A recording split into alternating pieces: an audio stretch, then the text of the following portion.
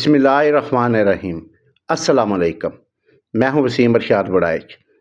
अगर आप भी उन लोगों में से हैं जो मछली पालना चाहते हैं लेकिन महंगी फीड नहीं डालना चाहते, या फिर आपको वो मछलियां पसंद हैं जो सब्ज़ चारे पर पलती हैं जैसे ग्रास, सिल्वर, तो आज की वीडियो आपके लिए है।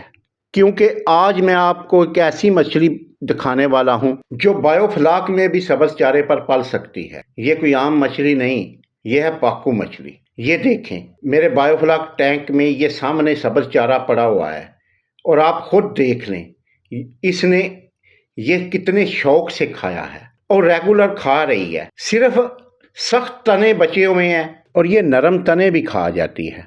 और मज़े की बात, इसको जो चीज़ आप डालें, सब्जियां डालें, लहसुन डालें, वो तो सब्ज़ चारे में ही हो गया ना, उसके तो तने भी खा जाती है। तरबूज डालें। बहुत सारे लोग ऐसे हैं, अभी पिछले दिनों मैंने वीडियो लगाई थी तो एक फार्मर ने फ़ोन करके मुझे बताया कि आप बिल्कुल बात सही कर रहे हैं। मैं मंडी से जाकर कच्चे तरबूज और कच्ची यानी वो ख़राब शुदा सब्ज़ियाँ, उनके पत्ते ले आता हूँ और डालता हूँ और खा रही है।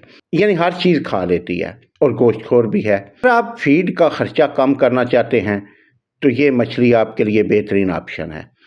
और साथ साथ इसका गोश्त भी बहुत लजीज है, कांटा भी बहुत कम है, सिर्फ कंगी होती है और प्रोटीन से भरपूर मछली है।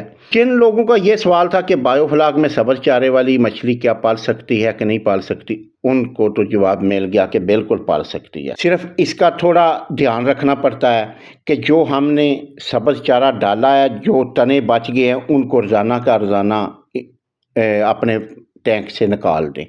टैंक की सफाई रखें और अगर आप सफाई रखेंगे तो ज़्यादा गंद नहीं पड़ेगा। देख लें, मेरा टैंक आपके सामने है, मैं रोज़ाना सब्ज़ चारा डाल रहा हूँ। इंशाल्लाह इसकी जो है ना प्रोग्रेस वो आपसे शेयर करूँगा। अभी 15 दिन हो गए हैं इसको सब्ज़ चारा डालते हुए, 1.5 महीना और डालूँगा। इसके बाद आपको इसकी प्रोग्रेस चेक कराऊँगा कि इसने कितना वज़न किया है। माशाल्लाह से कभी कोई मछली मरी नहीं है। ये आपके सामने है, यही पोजीशन पानी की रहती है।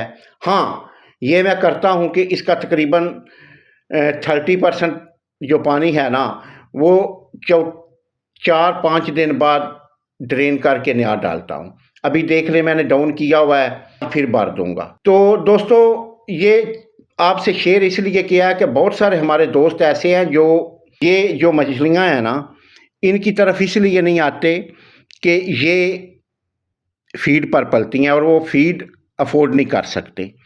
बहुत सारे दोस्त हैं और वो कोशिश करते हैं ग्रास की तरफ जाएं, सिल्वर की तरफ जाएं।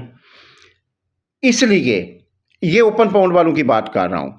तो बायोफ्लाक में तो जारी बात है, आप पंगैसियस, पाकू या तलाफिया ही पालेंगे ना। अगर हम सब्ज़ चारे की तरफ आएँ, सब्ज़ चारे वाली मछली पाल सकते हैं तो फिर बहुत ख़र्चा कम हो जाता है। इंशाल्लाह दोस्तों, अज़ोला और डकव्हील पर भी काम करता हूँ और उस पर भी जो नतीजा निकला, मछली को डालकर मछली की प्रोग्रेस, वो भी आपसे शेयर करूँगा।